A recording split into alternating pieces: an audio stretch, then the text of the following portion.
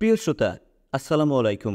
আজকে শুরু করছি মেজর এম এ জলিলের লেখা বই অরক্ষিত স্বাধীনতাই পরাধীনতা এর তৃতীয় পর্ব। ভারতে মুক্তিযুদ্ধের ট্রেনিং শিবির। 25শে মার্চের পাকিস্তানি হামলার পর থেকে বাংলাদেশের বিভিন্ন স্থানে স্বতঃস্ফূর্তভাবে গড়ে ওঠা মুক্তিযুদ্ধের ট্রেনিং শিবিরগুলো পাকিস্তানি বাহিনীর অব্যাহত হামলার মুখে ধীরে ধীরে বিচ্ছিন্ন হয়ে পড়ে। মুক্তিযোদ্ধারাও পাল্টা হামলার দ্বারা পরিচালনা করতে করতে এক পর্যায়ে বর্ডার অতিক্রম করে ভারতের মাটিতে আশ্রয় নিতে থাকে। অপরদিকে হাজার হাজার তরুণ ছাত্র যুবক দলে দলে ছুটে যেতে থাকে ভারতে। এভাবেই গড়ে ওঠে ভারতে মুক্তিযুদ্ধের ট্রেনিং শিবির। মে মাসের শেষের দিকে তরুণ যুবকদের দল ভারত অভিমুখী হয়ে ওঠে। এর পূর্বে তেমন কোনো প্রাণচাঞ্চল্য লক্ষ্য করা যায়নি। এই মে মাসের মাঝামাঝি সময়ে আমি প্রথম ক্যাম্প প্রতিষ্ঠা করি ইসামতি নদীর ভারতীয় পার ঘেঁষে হাসনাবাদ বন্দরে, হিঙ্গলগঞ্জে, এবং ধীরে ধীরে ট্রেনিং শিবির সম্প্রসারিত হতে হতে জুলাই মাসের শেষ পর্যন্ত সর্বমোট 11টি শিবিরে পরিণত হয়। পশ্চিমবঙ্গের বসিরহাট মহকুমার সর্বত্রই ট্রেনিং শিবিরগুলো ছড়িয়েছিল। জুন জুলাইয়ের মধ্যে হাজার হাজার তরুণ যুবকদের প্রচণ্ড ভিড় জমতে থাকে। সমগ্র পশ্চিমবঙ্গের বর্ডার এলাকা মুক্তিযোদ্ধাদের তীর্থস্থানে রূপান্তরিত হয়ে ওঠে। যে কোনো তীর্থযাত্রীদের তুলনায় তারা ছিল ত্যাগী এবং নিবেদিত, একেবারেই সহায় সম্বলহীন।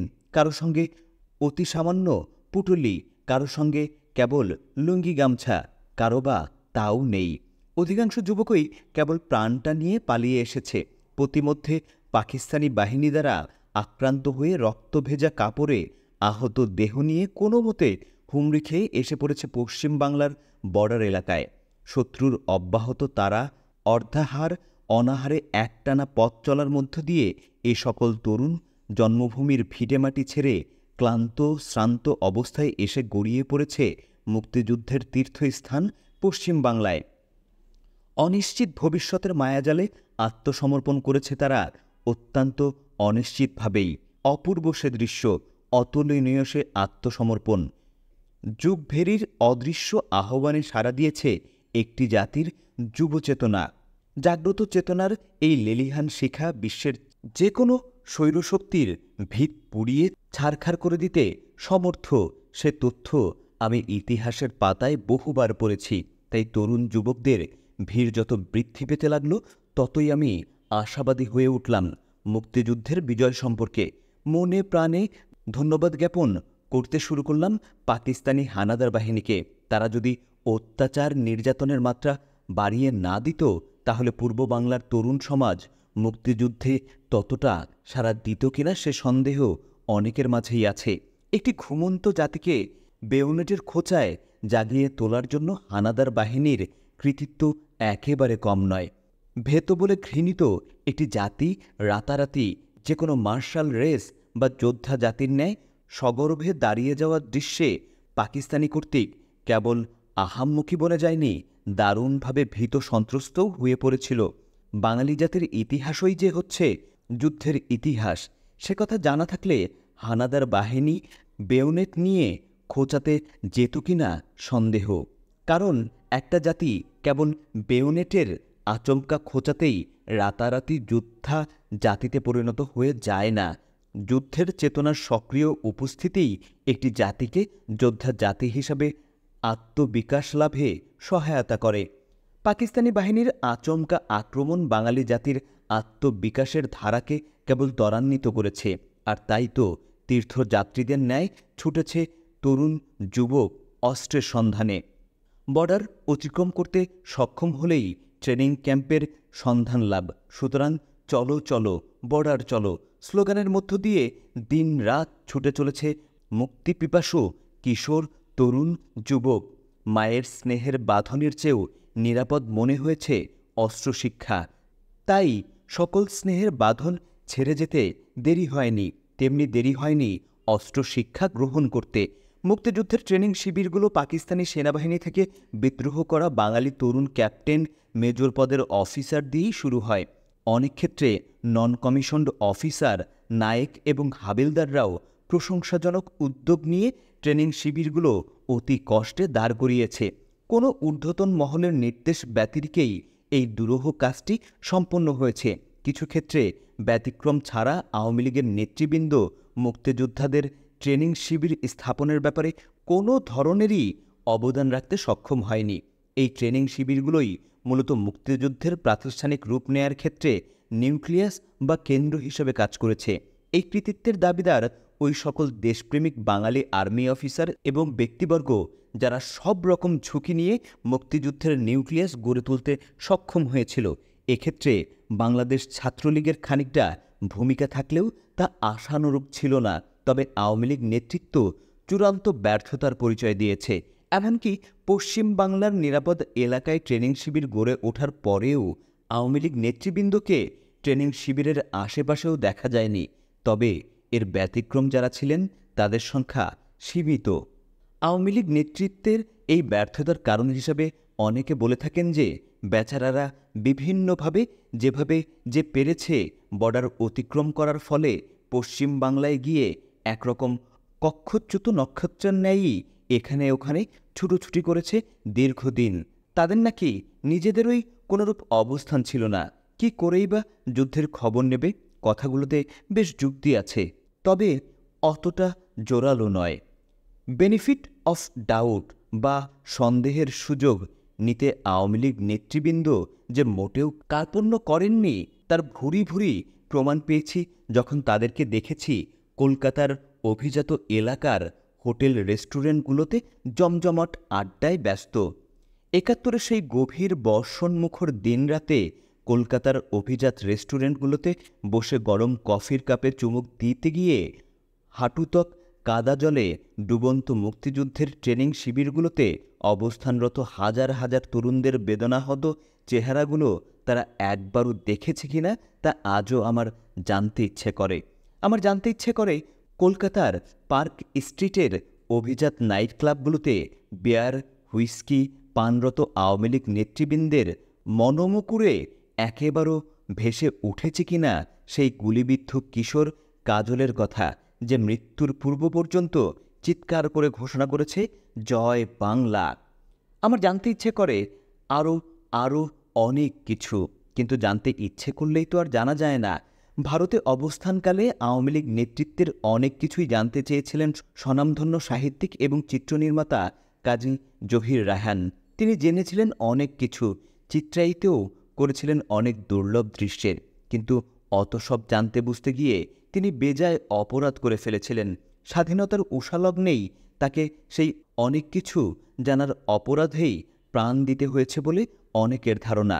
ভারতের মাটিতে অবস্থানকালে আওয়ামী লীগ নেতৃত্বের চুরি, দুর্নীতি, অবৈধ ব্যবসা, যৌন কেলেঙ্কারি, বিভিন্ন রকম ভোগবিলাস সহ তাদের বিভিন্নমুখী অপকর্মের প্রামাণ্য দলিল ছিল সচিত্র দৃশ্য। আওয়ামী লীগের অতি সাধের মুক্তিযুদ্ধের বিরুদ্ধে কাজী জহির রায়হানের এত বড় অপরাধকে স্বার্থান্বেষী মহল কোন যুক্তিতে ক্ষমা করতে পারে? তাই বেঁচে থেকে স্বাধীনতার পরবর্তী রূপ দেখে যাওয়ার সুযোগ তার হয়নি। আগরতলা ষড়যন্ত্র মামলার ৩ নং আসামি স্টুয়ার্ট মুজিবেরও ঘটেছিল এই পরিণতি। এই দায়িত্বশীল, নিষ্ঠাবান, তেজদীপ্ত যুবক স্টুয়ার্ট মুজিব আমার ৯ নং সেক্টরের অধীনে এবং পরে ৮ নং সেক্টরে যুদ্ধ করেছে। তার মতো নির্ভেজাল তড়িৎকর্মা একজন দেশপ্রেমিক যোদ্ধা সত্যি বিরল।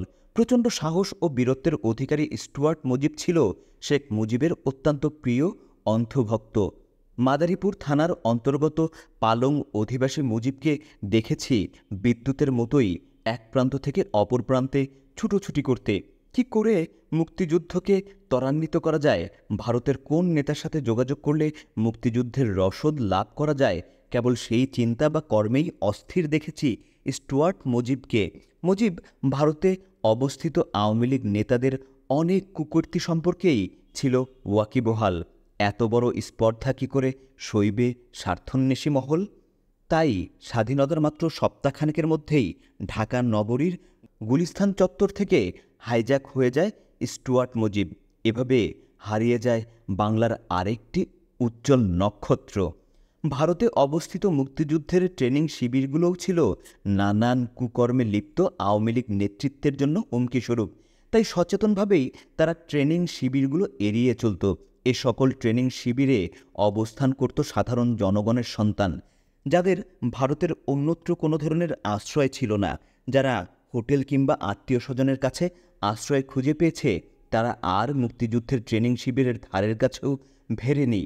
অংশগ্রহণ করা তো দূরেই থাক, এই ধরনের সুবিধাভোগীদের নিয়ে সেপ্টেম্বর মাসের প্রথম ভাগে ভারতীয় স্পাই সংস্থার মেজর জেনারেল ওভানের মাধ্যমে মুজিব বাহিনীর নামে একটি বিশেষ বাহিনী গঠনে হাত দেয়া হয়। এই বাহিনীতে বাংলাদেশ ছাত্রলীগের অবস্থাসম্পন্ন সদস্যরাই কেবল অন্তর্ভুক্ত ছিল। এদের ট্রেনিং পরিচালনা করা হয় ভারতের দেরদান শহরে। তাদের জন্য বিশেষ সুবিধা এবং আরাম আয়েশের সুব্যবস্থা ছিল। মুজিব বাহিনী গঠন ছিল বাংলার সাধারণ জনগণের সমন্বয়ে গড়ে ওঠা মুক্তিযোদ্ধাদের বিকল্প ব্যবস্থা। মুজিব বাহিনী যুদ্ধে অংশগ্রহণের পূর্বেই যুদ্ধ শেষ হয়ে যায়। তাদের দুর্ভাগ্য বা সৌভাগ্যই বলা চলে যে সাধারণ মানুষের মুক্তিযুদ্ধে তাদের রক্ত ঝরাতে হয়নি। তাদের অভিজাত রক্ত সংরক্ষিত করা হয়েছিল স্বাধীনতা পরবর্তীকালে সাধারণ মুক্তিযোদ্ধাদের রক্ত ঝরানোর লক্ষ্যে। অপরদিকে সাধারণ মুক্তিযোদ্ধাদের ট্রেনিং শিবিরগুলো ছিল বর্ণনাতীত দুরবস্থা। সাধারণত এক হাঁটু কাদা জল ডোবানো ট্রেনিং শিবিরগুলোতে না ছিল পর্যাপ্ত খাবার, না ছিল বসবাস উপযোগী কোনো ব্যবস্থা। দিনরাত খেটেও তারা পেট পুরে খেতে পায়নি। আধপেটা অবস্থায়ই তাদেরকে দুঃসহ জীবনযাপন করতে হয়েছে। সারা দিনে রাতে দুবেলা খিচুড়ি জুটে গেলেই সেদিনকে সৌভাগ্য বলে মনে করা হতো। পরিধানের লুঙ্গি গামছাও যদি এক ধরনের বিলাস, অনেক মুক্তিযোদ্ধাকে কেবল একটা হাফ প্যান্ট কিংবা লুঙ্গি পরিধান করেই ঘুরে বেড়াতে দেখা যেত। মৌসুমের নির্বিচার বৃষ্টির ধারা তাদেরকে সামান্যতম বিশ্রাম পর্যন্ত নিতে দিত না। হাঁটু কাদা মাটিতে মশার অত্যাচার নির্বিচারে সহ্য করে সারা রাত দাঁড়িয়ে কাটাতে হতো তাদেরকে। তবু ট্রেনিং গ্রহণের ক্ষেত্রে তাদের উৎসাহের কোনো ভাটা দেখিনি আমি। একটা শিবিরে ৩ থেকে ৪ হাজার মুক্তিযোদ্ধা একসঙ্গে ট্রেনিং গ্রহণ করত। প্রত্যেকটি শিবিরই ছিল পরিপূর্ণ। কোনো বাধা বিপত্তি কিংবা কোনো অসুবিধেই তাদেরকে অস্ত্র শিক্ষা গ্রহণ করা থেকে দূরে সরিয়ে রাখতে পারেনি। অসংখ্য মাসুম কিশোরকেও দেখেছি সন্ন্যাসে ট্রেনিং গ্রহণ করতে। কোনো দুঃখ কষ্টই যেন তাদের কাছে লজ্জা বা দ্বিধার ব্যাপার ছিল না। দুঃখবোধ তারা কেবল তখনই করত যখন তাদের কম বয়স বিবেচনা করে অস্ত্র ট্রেনিং থেকে বিরত রেখে অন্যান্য কাজে নিয়োগ করার চেষ্টা চালানো হতো। অস্ত্র শিক্ষা তাদের কাছে ছিল যেন প্রাণের ধন, অত্যন্ত গর্বের বস্তু। পশ্চিমবাংলার বর্ডার এলাকায় আমার অধীনে পরিচালিত 11টি ট্রেনিং শিবিরই ছিল অত্যন্ত জমজমাট। আগরতলা ষড়যন্ত্র মামলার 4 নম্বর আসামি জনাব সুলতানুদ্দিন আহমেদ একজন দক্ষ নেভাল কমান্ডো শিক্ষক হিসাবে এই সকল ট্রেনিং শিবিরগুলো সরাসরিভাবে অত্যন্ত দক্ষতার সাথেই পরিচালনা করেছেন। তার হাড়ভাঙা খাটুনির দৃশ্য চোখে না দেখলে বিশ্বাস করা কষ্টসাধ্য। ইসামতি নদীর তীরে টাকি শহরের বাকুন্দিয়ায় অবস্থিত ছিল বৃহত্তম ট্রেনিং শিবির। কোনো কোনো সময় 5 থেকে 7 হাজার যুবক একসঙ্গে ট্রেনিং গ্রহণ করত। এই সকল শিবির প্রথমে আমার পরিপূর্ণ তত্ত্বাবধানেই গড়ে ওঠে। প্রথম ভারতীয় বর্ডার ফোর্স BSF এর মাধ্যমে কিছু কিছু রসদ এবং খাদ্য সরবরাহ করার ব্যবস্থা ছিল। পরবর্তীকালে ভারতীয় সেনাবাহিনী ব্যাটেল পজিশন নেওয়ার পরে সেনা ইউনিট থেকে রেশন নিয়মিতভাবে দেয়া হতো, কিন্তু সে রেশন ছিল নিতান্তই অপ্রতুল। কারণ দিনরাত 24 ঘন্টা শত শত নতুন যুবক ট্রেনিংয়ের জন্য হাজির হতো। সুতরাং প্রাপ্ত রেশন সব সময়ই শেয়ার করে চলতে হতো নবাগতদের। বেসরকারি এবং স্বেচ্ছাসেবামূলক সংস্থাগুলো প্রভূতভাবে সাহায্য করেছে বলে হাজার হাজার যুবক অনাহারীজনিত কারণে মৃত্যু থেকে রক্ষা পেয়েছে।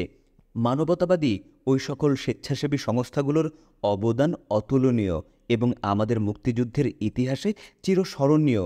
স্বাধীনতার 17 বছর পরে আমার এখনও অতি স্পষ্টভাবে মনে আছে পশ্চিমবাংলার হামড়া অঞ্চল প্রধান শ্রী PK রায়ের কথা, যিনি অকাতরে প্রচুর খাদ্য, তাঁবু, নগদ অর্থসহ বিভিন্নভাবে সাহায্য সহযোগিতা করেছেন মুক্তিযুদ্ধে।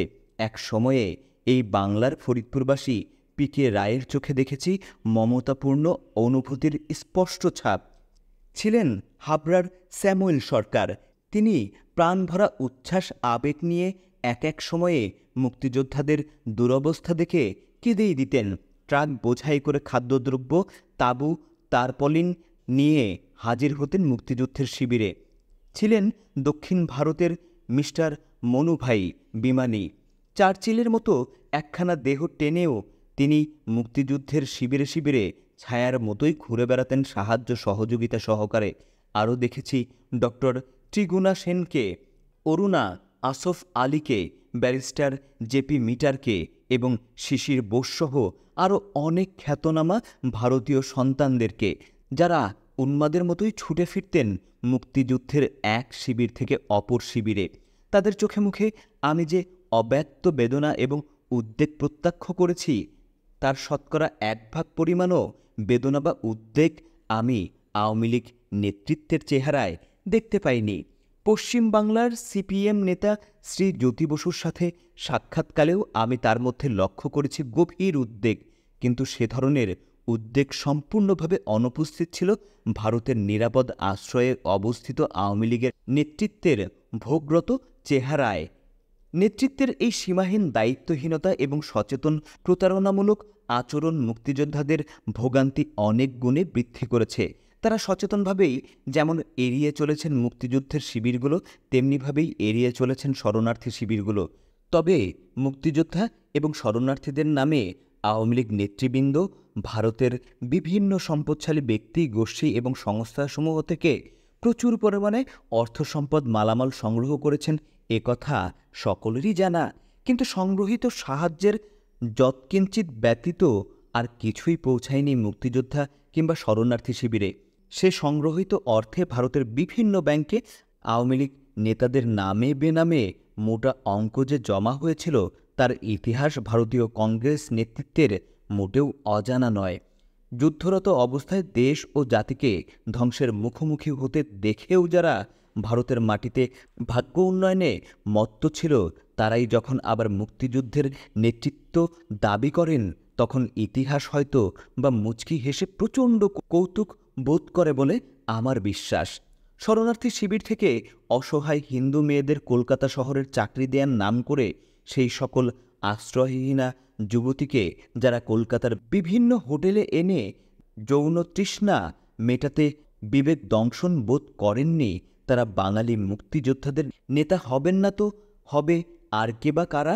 পাক হানাদার বাহিনীর সুযোগ্য উত্তরসূরি তো একমাত্র তারাই, আওয়ামী লীগ নেতৃবৃন্দ। ভারত সত্যি সত্যি বিশ্বস্ত বন্ধু, তা না হলে আওয়ামী লীগ নেতাদের এত কুকর্মের খতিয়ান, দোষ ত্রুটি, আয়েশের খবর জেনেও আজ পর্যন্ত সামান্যতম প্রকাশ করেনি, বরং সাধ্যমতো গোপন রেখেই যাচ্ছে। এটা একেবারে কম কথা নয়। হাদিস মতে অপরের দোষ ত্রুটি নাকি প্রকাশ্যে বলতেও নেই। বন্ধু ভারত হাদিসটি অক্ষরে অক্ষরে মেনে চলেছে দেখা যায়। ভারতের মুক্তিযুদ্ধের ট্রেনিং শিবির চলাকালীন অবস্থায় এ ধরনের আরও বহু হাদিস ভারতীয় কর্তৃপক্ষ অত্যন্ত আনুগত্যের সাথেই মেনে চলেছে বলেই আওয়ামী লীগ নেতৃত্বের এত সব পাপের বোঝা মাথায় নিয়েও মুক্তিযুদ্ধের নেতৃত্ব দাবি করতে মোটেও লজ্জা বোধ করছে না। লজ্জার বালাই তাদের নেই, তাদের বুক ভরা রয়েছে ঈর্ষা। ভারতের মাটিতে অবস্থিত ট্রেনিং শিবিরগুলোর কর্তৃত্ব সেক্টর কমান্ডারদের হাতেই ন্যস্ত ছিল বলে আওয়ামী লীগ নেতৃত্বের মধ্যে বিরাজ করছে প্রচণ্ড জ্বালা এবং ঈর্ষা।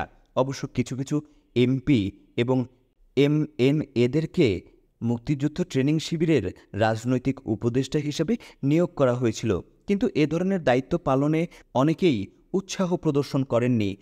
আমার ৯ম সেক্টরে বাগেরহাটের এমএনএ জনাব শেখ আজিজকে উপদেষ্টা হিসেবে নিয়োগ করা হলেও তিনি কলকাতার আরাম আয়েশ পরিত্যাগ করে বর্ডার এলাকায় কখনো পদধূলি দেওয়ার প্রয়োজনও মনে করেননি। ঠাটবাটের পুরুষ শেখ আজিজ সাহেব মনে প্রাণে হয়তো মন্ত্রিত্বই কামনা করেছিলেন। সেক্ষেত্রে বিনে পয়সায় উপদেষ্টাগিরি তার মর্জি মাফিক হয়নি।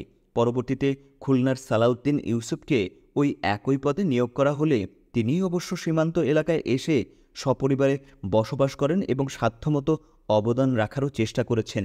সাতক্ষীরার এমএনএ আব্দুল গফুর সাহেব যথেষ্ট শ্রম দিয়েছেন এবং নিবেদিত চিত্তে মুক্তিযুদ্ধের সাফল্য কামনা করেছেন। সাতক্ষীরার তরুণ এমপি এএসএম আলাউদ্দিন বেশ তৎপর ছিলেন। সর্বাধিক যার অবদান তিনি ছিলেন বরিশালের জনাব নুরুল ইসলাম মঞ্জু। মুক্তিযুদ্ধের ট্রেনিং শিবিরগুলো গড়ে তুলতে সক্রিয়ভাবে খেটেছেন আমার সাথে। সাতক্ষীরার সীমান্ত অঞ্চল দেবহাটার জনাব শাহজাহান মাস্টার এবং জনাব আতিয়ার রহমানের অবদানও ছিল বিশেষভাবে উল্লেখযোগ্য। সকলের সাহায্য সহযোগিতার মধ্য দিয়ে গড়ে ওঠা ট্রেনিং শিবিরগুলোতে ট্রেনিং শেষেই বাংলাদেশের অভ্যন্তরে গেরিলা ঘাঁটি গঠন করার জন্য 10 জন থেকে 30 জনেরও দল পাঠিয়ে দেওয়া হতো। প্রথমে জেলা, মহকুমা, থানা এবং পরে গ্রামে গ্রামে ছড়িয়ে দেওয়া হয়েছিল গেরিলা ঘাঁটি। জুলাই মাস থেকে নভেম্বর, প্রকৃতপক্ষে এই 5 মাসের মধ্যেই আমার সেক্টর থেকে সর্বমোট 30,000 মুক্তিযোদ্ধা ট্রেনিং সহকারে দেশে সশস্ত্রভাবে অনুপ্রবেশ করেছে এবং দেশের অভ্যন্তরে ট্রেনিং শিবির চালু করে মোট 1,20,000 মুক্তিযোদ্ধাকে ট্রেনিং দিয়েছে। মহিলা মুক্তিযোদ্ধাদের সংখ্যাও নেহায়েত কম ছিল না। তাদেরকে বিশেষ দায়িত্বে অভ্যন্তরে পাঠানো হতো। তথ্য সংগ্রহ করা ছাড়াও সরাসরি যুদ্ধেও তারা অংশগ্রহণ করেছে। বাগেরহাটের এমপি এ সাহেবের বোন ছাত্রীনেত্রী সালেহা বেগম, বরিশালের জয়া, বিথিসহ অনেকেই উল্লেখযোগ্য অবদান রেখেছে। নভেম্বরে ভারতীয় সেনাবাহিনী মুক্তিযোদ্ধাদের ট্রেনিং শিবিরগুলোর দায়িত্ব সরাসরি নিতে চেষ্টা করে। আমার সেক্টরে ততটা সুবিধা করতে না পারলেও কর্তৃপক্ষ ভারতীয় সেনাবাহিনীর অফিসার নিয়োগ করেছিল। ট্রেনিং শিবিরের অস্ত্রগুলোও প্রত্যাহার করে নেয়ার নির্দেশ প্রদান করে। তখনই শুরু হয় বাকবিতণ্ডা এবং সম্পর্কের অবনতি ঘটতে আরম্ভ করে। আমি ভারতীয় কর্তৃপক্ষের নির্দেশ অমান্য করেই অধিকাংশ অস্ত্রবারুদ ক্যাপ্টেন জিয়াউদ্দিন, নৌ কমান্ডো নূর মোহাম্মদ বাবুল, ক্যাপ্টেন শাহজাহান ওমর, নৌ কমান্ডো বেগের হাতে তুলে দেই এবং তাদেরকে ভারতীয় ষড়যন্ত্রের সম্পর্কেও সজাগ করে দেই। ভারত মুক্তিযুদ্ধে সকল অস্ত্র দিয়েছে একথা সত্য নয়। প্রবাসী বাংলাদেশ সরকারের অর্থেও প্রচুর অর্থ ক্রয় করা হয়েছিল। মুক্তিযুদ্ধের সম্পদ ভারতীয় সেনাবাহিনীর হস্তে সমর্পণ করার কোনো যুক্তিই ছিল না। আসলে ভারত বাংলাদেশে অভিযান পরিচালনা করার সিদ্ধান্ত গ্রহণের সাথে সাথেই মুক্তিযোদ্ধাদের নিরস্ত্র করতে চেয়েছিল, যাতে তাদের অপকর্মের বিরুদ্ধে আমরা যেন কোনরূপ সশস্ত্র প্রতিরোধ গড়ে তুলতে সক্ষম না হই। কিন্তু যুদ্ধ বিজয়ের চূড়ান্ত মুহূর্ত কোনো যোদ্ধাই সহজে নিরস্ত্র হতে চায় না। ভারতীয় কর্তৃপক্ষের কাছ থেকে অস্ত্র তুলে দেব না, এই বিদ্রোহের বাণী সেদিন ছিল আমার মুখে। ভারতের মাটিতে দাঁড়িয়েই তা করেছিলাম। ভারতীয় কর্মকর্তাগণ আমার দুঃসাহসকে হয়তো মনে প্রাণে সেদিন ঘৃণা করেছে এবং আমাকে উচিত শিক্ষা দেওয়ারও হয়তো পরিকল্পনা করে রেখেছিল। প্রবাসী সরকারের প্রধানমন্ত্রী জনাব তাজউদ্দিন আহমেদ এবং সর্বাধিনায়ক কর্নেল ওসমানী সাহেবও আমার সাহসের তারিফ না করে দুর্বল চিত্তে নসিহত করতে ছাড়েননি। কিন্তু দেশ মাতৃকার মুক্তিযুদ্ধের লড়াকু হিসাবে আমি কারো করুণায় ভর করে বেঁচে থাকার চেয়ে বীরের ন্যায় মৃত্যুবরণ করাকে শ্রেয় মনে করেছিলাম। আমি আমার সিদ্ধান্তে অটল থেকে রাতারাতি অধিকাংশ অস্ত্র, গোলাবারুদ, মোটর লঞ্চ ভরে বাংলাদেশের অভ্যন্তরে পাঠিয়ে দিতে সমর্থ হই। সেদিন এই দেশপ্রেমজনক অপরাধের জন্য ভারতের মাটিতেই আমার মৃত্যু হতে পারত, কিন্তু একজন ইমানদার মুক্তিযোদ্ধার প্রাণ হরণ করার ক্ষমতা কোনো জবরদখলকারীর নেই। আল্লাহই ইমানদারদের নিশ্চিত রক্ষক। 16ই ডিসেম্বর ও ভারতীয় সৈন্যের অনুপ্রবেশ। সশস্ত্র যুদ্ধে জাগ্রত বাঙালি জাতিকে ভারতীয় প্রতিক্রিয়াশীল শাসক গোষ্ঠী প্রথম দিকে স্বাগত জানালেও ধীরে ধীরে তাদের সে উৎসাহে ভাটা পড়ে। বাঙালির দুর্দমনীয় জাতীয়তাবাদী চেতনার বিস্ফোরণ তাদের ভীতির কারণ হয়ে দাঁড়ায়। বাহ্যিকভাবে মৈত্রীর বন্ধন রক্ষা করা গেলেও তাদের অন্তরে ছিল ষড়যন্ত্র আর সন্দেহ। পূর্ব বাংলার বাঙালিদের জাগরণে পশ্চিম বাংলার বাঙালিদেরকেও বিদ্রোহী করে তুলতে পারে, এই সন্দেহে এবং ভীতির কারণেই ভারতীয় কর্তৃপক্ষ দ্রুত মুক্তিযুদ্ধ অবসানের ফর্মুলা সন্ধানে ব্যতিব্যস্ত ছিল। তাদের এই মহান দায়িত্ব পালনে সক্রিয়ভাবে সহায়তা করেছে ভারতে অবস্থানরত আওয়ামী লীগ নেতৃত্ব। মুক্তিযুদ্ধে অংশগ্রহণের জন্য যেভাবে গণমানুষের ঢল বর্ডার অতিক্রম করছিল, তাতে মুক্তিযুদ্ধ দীর্ঘস্থায়ী হয়ে পড়বে এ আশঙ্কায় আওয়ামী লীগ নেতৃত্ব এবং ভারতীয় প্রতিক্রিয়াশীল গোষ্ঠী উভয়ই সমানভাবে উদ্বিগ্ন হয়ে পড়েছিল, কারণ মুক্তিযুদ্ধের দীর্ঘস্থায়িত্ব উভয় স্বার্থের বিপক্ষে যেতে পারে বলে তারা অনুমান করেছে। যুদ্ধ দীর্ঘস্থায়ী হলে ক্ষমতালোভী আওয়ামী লীগও মুক্তিযুদ্ধের উপরে তাদের পোদ্দারি হারিয়ে বসতে পারে আশঙ্কা করেছে। মুক্তিযুদ্ধ দীর্ঘস্থায়ী হয়ে পড়লে তাদের মনে আরও যে ভয়টি দানা বেঁধেছিল তা হল মুক্তিযুদ্ধের উপর যুদ্ধরত বাঙালি সেনাবাহিনীর কর্তৃক এবং নেতৃত্ব প্রতিষ্ঠিত হয়ে যাওয়ার ভয়। এক্ষেত্রেও যুদ্ধ বিমুখ আওয়ামী লীগ নেতৃত্ব হারানোর ভয়ে প্রতিনিয়তই ভারতীয় শাসক গোষ্ঠীর কাছে অনুনয় বিনয় জানাতো মুক্তিযুদ্ধে ভারতীয় সেনাবাহিনীকে সরাসরি নেতৃত্ব প্রদানের জন্য। মুক্তিযুদ্ধের শুরু থেকেই যে ভারতীয় সেনাবাহিনী কৌশলের সাথে পেছন থেকে নেতৃত্ব প্রদান করে আসছিল, এই সত্যযুদ্ধে অংশগ্রহণকারী কোনো মুক্তিযোদ্ধার কাছেই গোপন ছিল না। ভারতীয় বর্ডার ফোর্স বিএসএফকে সামনের সারিতে নিয়োজিত রেখে সেনাবাহিনী পেছন থেকে সর্বরকম লজিস্টিক সাহায্য প্রদান করা, সর্বরকম তথ্য সংগ্রহ করা এবং সামগ্রিকভাবে যুদ্ধের প্রস্তুতি নিতে ব্যস্ত ছিল। বস্তুতপক্ষে ৭১-এর আগস্ট মাস থেকেই ভারতীয় সেনাবাহিনী বাংলাদেশ ভারত বর্ডারের সকল অঞ্চলে দৃঢ়ভাবে অবস্থান নিয়েছিল। এই দীর্ঘ ৪ মাস ধরেই বর্ডার অঞ্চলে ভারতীয় সৈন্যের বিন্যাস, পুনর্বিন্যাস এবং রণকৌশলগত দিক নিয়ে ব্যাপক তৎপরতা অব্যাহত ছিল। বাংলাদেশের মুক্তিযুদ্ধে ভারতীয় সেনাবাহিনী সরাসরি হস্তক্ষেপ ঘটেনি বলে যাদের ধারণা, তারা ভারতীয় সেনাবাহিনীর রণকৌশল এবং যুদ্ধ তৎপরতা সম্পর্কে মোটেও অবগত নয়। মুক্তিযোদ্ধাদেরকে ভারতীয় সেনা কর্তৃপক্ষ এক ধরনের রেকি ফোর্স হিসেবেই গণ্য করেছে, এর অধিক নয়। কিন্তু বাংলাদেশের অভ্যন্তরে গেরিলা ঘাঁটির সম্প্রসারণ এবং ট্রেনিংপ্রাপ্ত গেরিলাদের সশস্ত্র তৎপরতা ভারতীয় সেনা কর্তৃপক্ষের মনে যেমন ভীতির সঞ্চার করেছে, ঠিক তেমনি আওয়ামী লীগের নেতৃত্বের কাছেও তা ভীতির কারণ হয়ে দাঁড়ায়। দেশের অভ্যন্তরে গেরিলা ঘাঁটিগুলোতে যুদ্ধরত গেরিলা বাহিনীদের আনুগত্য ক্ষমতালোভী আওয়ামী লীগের পক্ষে দীর্ঘদিন ধরে নাও থাকতে পারে। সেই সন্দেহ এবং ভয়ে আওয়ামী লীগ নেতৃত্ব প্রতিক্রিয়াশীল হয়ে ওঠে। ভারতীয় কর্তৃপক্ষকে বাংলাদেশের মুক্তিযুদ্ধের অনতিবিলম্বে সরাসরি হস্তক্ষেপ করে আওয়ামী লীগকে ক্ষমতার মসনদে বসানোর জন্য বেহায়াপনার সাথে ধর্ণা দিতে থাকে। আওয়ামী লীগের এহেন আচরণ ভারতীয় প্রতিক্রিয়াশীল চক্রের জন্য সোনায় সোহাগা হিসাবে বিবেচিত হয়, কারণ ভারতীয় চক্র নিজেরাই দীর্ঘদিন থেকে বাংলাদেশে এক ঝটিকা অভিযান পরিচালনা করার পরিকল্পনায় রীতিমতো মশগুল ছিল।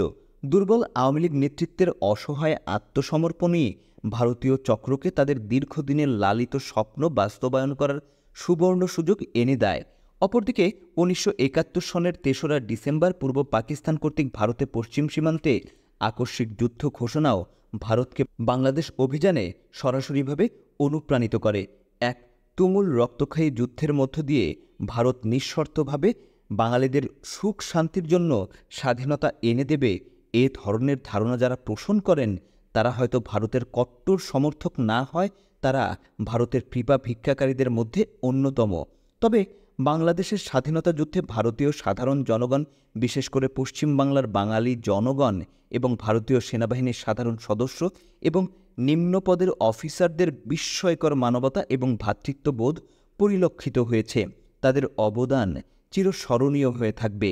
তাদের সকল কর্মতৎপরতাই যে নিছকহীন স্বার্থভিত্তিক ছিল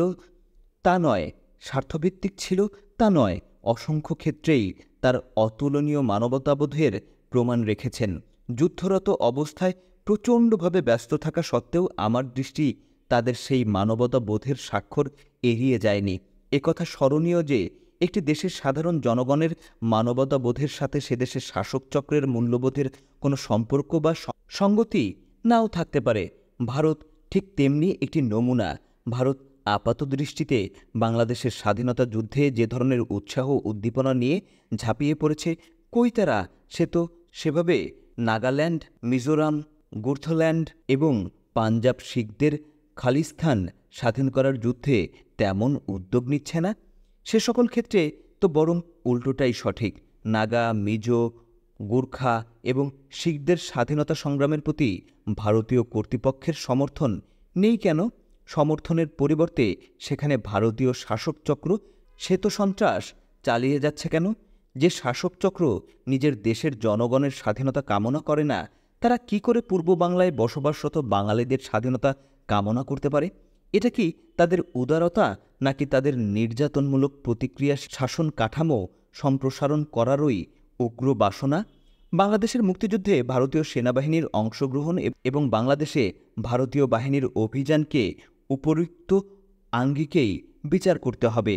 1971 সনের 3রা ডিসেম্বর থেকে 16-17 ডিসেম্বর ভারতীয় সেনাবাহিনী বাংলাদেশের মুক্তিযুদ্ধে সরাসরি হস্তক্ষেপ করে এবং পাকিস্তানি হানাদার বাহিনীর বিরুদ্ধেও আনুষ্ঠানিকভাবে যুদ্ধে লিপ্ত হয়। এই দিনগুলোতে মুক্তিযোদ্ধারাই সম্মুখের সারিতে যুদ্ধ করেছে, অকাতরে শহীদ হয়েছে, পঙ্গু এবং আহত হয়েছে। ভারতীয় সেনাবাহিনী পেছনে পেছনেই অগ্রসর হয়েছে। তবে এই 14 দিনের যুদ্ধে ভারতীয় সেনাবাহিনীর আনুমানিক 12 থেকে 14 হাজার সদস্য প্রাণ হারিয়েছে। তাদের এই প্রাণ হারানো সার্থক হয়েছে কি? কার স্বার্থে 14,000 ভারতীয় সৈন্য প্রাণ বিসর্জন দিল? বাংলাদেশের স্বার্থে? কিসের টানে? না, একটি মার্সিনারি আর্মির সদস্যদের কোনো স্বার্থ নেই, থাকতে পারে না। তারা কেবল প্রাণ দেয় স্বার্থান্বেষী মহলের নির্দেশে, কোনো প্রাণের টানে নয়। জীবন তাদের কাছেও প্রিয়, কিন্তু তবু তা তুচ্ছ, যেহেতু তারা বেতনভুক্তদের কোনো আপন ইচ্ছে নেই। তারা কেবল প্রভুর ইচ্ছারই প্রতিফলন ঘটাতে বাধ্য থাকে। ভারতীয় সেনাবাহিনীর সাধারণ সদস্যসহ নিম্ন পদবীধারী ভারতীয় প্রতিক্রিয়াশীল শাসক চক্রেই সম্প্রসারণবাদী পরিকল্পনার বাস্তবায়ন ঘটিয়েছে কেবল। বাংলাদেশের কোনো খালে, কোনো বিলে ভারতীয় বাহিনীর কোনো সদস্যের লাশ ভেসে গেছে, সে ইতিহাস কেউ কোনোদিন লিখবে না। তবে 16 ডিসেম্বর 1971 সনে ভারতীয় সেনাপতি জেনারেল আরোরার কাছে পাকিস্তানি সেনাপতি জেনারেল নিয়াজি যে আত্মসমর্পণ করেছে, সে ইতিহাস চিরযুগী অম্লান হয়ে থাকবে। বেতনভুক্তদের ইতিহাস লেখা হয় না, তারা ইতিহাস নয়, তারা ইতিহাসের খোরাক মাত্র। ঐতিহাসিক 16 ডিসেম্বর 1971 সন বাংলাদেশের মুক্তিযুদ্ধের আনুষ্ঠানিক অবসানের দিন। হানাদার পাকিস্তানি বাহিনী ভারতের পূর্ব অঞ্চলীয় কমান্ডের অধিনায়ক লেফটেন্যান্ট জেনারেল জগজিৎ সিং আরোরার কাছে ঢাকার রেসকোর্স ময়দানে আত্মসমর্পণ করে। যে যুদ্ধ বাঙালিদের সশস্ত্র গণবিস্ফোরণ এবং মুক্তিযুদ্ধের মধ্য দিয়ে শুরু হয়, তা শেষ হয় ভারতীয় সেনাবাহিনীর অধিনায়কের কাছে হানাদার পাকিস্তানি বাহিনীর অধিনায়কের আত্মসমর্পণের মধ্য দিয়ে। হিসেব মিলছে না কেন? হিসেবের এই গড়মিলের জন্য দায়ী কে বা কারা? যারা মুক্তিযুদ্ধ শুরু করেছিল, যুদ্ধ শেষে পরাজিত শত্রুপক্ষ সেই মুক্তিযোদ্ধাদের কাছে আত্মসমর্পণ করল না কেন? পাকিস্তান এবং ভারতের মধ্যে তো কোনো মুক্তিযুদ্ধই হয়নি। মুক্তিযুদ্ধ সংঘটিত হয়েছিল হানাদার পাকিস্তানি সেনাবাহিনী এবং মুক্তিকামী বাঙালি জনগণের মধ্যে। ভারতীয় সেনাবাহিনীর কাছে পাকিস্তানি সেনাবাহিনীর আত্মসমর্পণের হেতু দেখা দিল কেন? কোন উদ্দেশ্যে? মুক্তিযুদ্ধের সর্বাধিনায়ক কর্নেল ওসমানীর কাছে পাকিস্তানের পরাজিত জেনারেল নিয়াজি আত্মসমর্পণ করলেন না কেন? আত্মসমর্পণের সময় কর্নেল ওসমানী অনুপস্থিত ছিলেন কেন? আত্মসমর্পণের বেশ কয়েকদিন পরে কর্নেল ওসমানী ঢাকায় এলেন কেন? এ সময়কাল তিনি কোথায় ক্ষেপণ করেছেন? তিনি কি তাহলে সত্যি কলকাতায় বন্দী ছিলেন? আজও বাংলাদেশের জনমনে নানান প্রশ্নের ভিড় জমেছে। এসব প্রশ্নের উত্তর দেশবাসী আওয়ামী লীগের কাছে প্রত্যাশা করেছে, কিন্তু আওয়ামী লীগ নেতৃত্ব এবং ভারতে অবস্থানরত প্রবাসী আওয়ামী লীগ নেতৃত্ব এ সকল প্রশ্নের জবাব দেওয়ার আজ পর্যন্ত কোনো তাগিদই বোধ করেনি। তাছাড়া আত্মসমর্পণের প্রায় 1 সপ্তাহ পরে প্রবাসী আওয়ামী লীগ সরকার বাংলাদেশে ফিরে এসে বিনা প্রশ্নে গদিতে বসেন। মুক্তিযুদ্ধের সর্বাধিনায়ক ঐতিহাসিক আত্মসমর্পণ অনুষ্ঠানে কেন অনুপস্থিত ছিলেন, সেই সত্যটি উদ্ঘাটন করার জন্য আজ পর্যন্ত কোনো তদন্ত কমিটি গঠন করা হলো না। অথচ মুক্তিযুদ্ধের এই অসহায় মহানায়ক কর্নেল ওসমানীর কতই না প্রশংসা। কেন এই মিছিমিছি প্রশংসা? এর অন্তরালে কী রহস্য? রহস্য তো নিশ্চয়ই রয়েছে। ভারতীয় সেনাবাহিনীর অধিনায়কের কাছে পাকিস্তানি সেনাবাহিনীর আত্মসমর্পণের মধ্য দিয়ে প্রকৃতপক্ষে 16 ডিসেম্বর, যাকে আমরা বিজয় দিবস হিসেবে অভিহিত করি, সেই দিন থেকেই বাঙালির মুক্তিযুদ্ধকে সরাসরি অস্বীকার করা হয়েছে। 16 ডিসেম্বর মুক্তিযোদ্ধাদের বিজয় দিবস, এর পরিবর্তে ভারতীয় সেনাবাহিনীর বিজয় দিবস হিসাবে ইতিহাসে আনুষ্ঠানিকভাবে চিহ্নিত করা হয়েছে। এই ষড়যন্ত্রের পেছনে আসল উদ্দেশ্য হচ্ছে বাঙালি স্বাধীনতা সংগ্রামকে অস্বীকার করা এবং পাক ভারত যুদ্ধে পূর্বাঞ্চলের রণাঙ্গনে ভারতীয় সেনাবাহিনীর বিজয় ঘোষণা করা। এই বিজয়ে বাংলাদেশের মুক্তিপিপাসু জনগণ এবং মুক্তিযোদ্ধারা ছিল নীরব দর্শক। আওয়ামী লীগের নেতৃত্ব ছিল বিনয়ী তাবেদার এবং কর্নেল ওসমানী ছিলেন অসহায় বন্দী। এ যেন ছিল ভারতের বাংলাদেশ বিজয় এবং আওয়ামী লীগ সরকার এই নববিজিত ভারতভূমির যোগ্য লিজ গ্রহণকারী সত্তা। সুতরাং যেমন সত্তা তেমনই তার শর্ত, আর যায় কোথায়। এ তো গেল 16ই ডিসেম্বর সম্পর্কে কিছু কথা। অনুরূপভাবে 17ই ডিসেম্বর তারিখে খুলনার সার্কিট হাউস ময়দানেও পাকিস্তানি সেনাবাহিনীর আনুষ্ঠানিক আত্মসমর্পণ পর্ব অনুষ্ঠিত হয়। নবম সেক্টরের অধিপতি হিসাবে আমি সেখানে উপস্থিত থাকলেও ভারতীয় সেনাবাহিনী কর্তৃপক্ষ আমাকে একরকম জোর করেই পেছনের সারিতে ঠেলে দেয়। বারবার প্রচেষ্টা চালানো সত্ত্বেও আমাকে সামনে আসতেই দেওয়া হলো না। আমার প্রতিপক্ষ ভারতীয় সেনাবাহিনীর মেজর জেনারেল দালবীর সিংকে দিয়েই এই আত্মসমর্পণের নেতৃত্ব বজায় রাখা হয়। অথচ দালবীর সিংয়ের অধীনস্থ সৈন্যরা যুদ্ধক্ষেত্রে সব সময়ই আমার বাহিনীর অনেক পেছনে অবস্থান করত। মুক্তিযুদ্ধের দীর্ঘ 9টি মাসের অসীম ত্যাগ তিতিক্ষা এবং আত্মহত্যের মধ্য দিয়ে রচিত বিজয় পর্ব এভাবেই ভারতীয় শাসকচক্র দ্বারা লুণ্ঠিত হয়ে যায়। সংগ্রামী লড়াকু বাঙালি জাতি প্রাণপণ যুদ্ধ করেও যেন বিজয়ী হতে পারল না, পারল কেবল অপরের করুণায় বিজয় বোধ দূর থেকে অনুভব করতে। বিজয়ের সরাসরি স্বাদ থেকে কেবল বাঙালি জাতিই বঞ্চিত হল না, বঞ্চিত হল প্রকৃত স্বাধীনতা থেকেই। সুতরাং সেই বঞ্চনাকারীদের কবল থেকে বঞ্চিতদের ন্যায্য পাওনা আদায় করার লক্ষ্যে আরেকটি প্রকৃত মুক্তিযুদ্ধের প্রয়োজন কি এখনও রয়ে যায়নি? ধন্যবাদ প্রিয় শ্রোতাবৃন্দ। আশা করছি আমাদের এই তৃতীয় পর্বটি আপনাদের ভালো লেগেছে। আর যদি ভালো লেগে থাকে তাহলে অবশ্যই আমাদের চ্যানেলটি সাবস্ক্রাইব করতে ভুলবেন না এবং সেই সাথে বাংলাদেশের প্রকৃত ইতিহাস আপনার বন্ধুদের মাঝে ছড়িয়ে দিতে আমাদের বইগুলো সবার সাথে শেয়ার করবেন।